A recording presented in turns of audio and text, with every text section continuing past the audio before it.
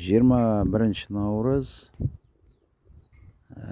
бөгеттегі судың ағуы тоқтады толығымен. Мінекей ана трубалар. Бөгеттегі су міне екінші жағы толық. Су келіп болды, сонымен қарда еріп болды, суда келіп болды. Енді шамалап мына жиекте қар бар міне. Бұл қар оған қатты әсер етпейді ғой.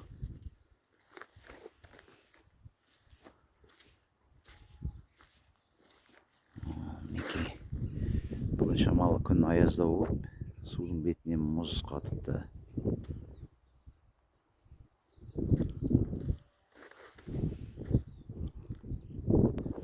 Мінекей мына бөгеттің екінші жағы. Так, былтырғыдай емес. Былтыр су деген мол болды. Мынаның бәрі суға толып тұрды. Биыл ондай су жоқ. Жалпы қардың суының келуі аздау болды. Небәрі 3-ақ күн ғана ақты ғой. Былтыр 2 апта ақты су.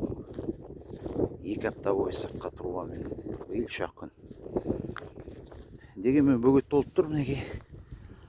Бөгеттегі су толығыменен.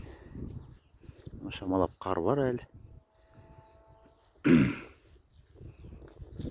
Судың ағысы толығымен тоқтаған.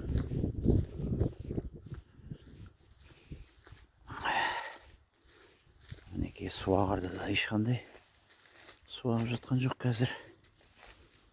Су тоқтап тұр. Мынау екінші бөгеттің бірінші жағы. Мынау екінші жағы.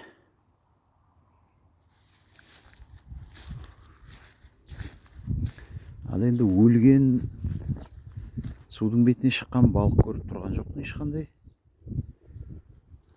Былтыр шамалы өлген балықтар шығып еді, бір 6 ма 7 ма балық судың бетіне.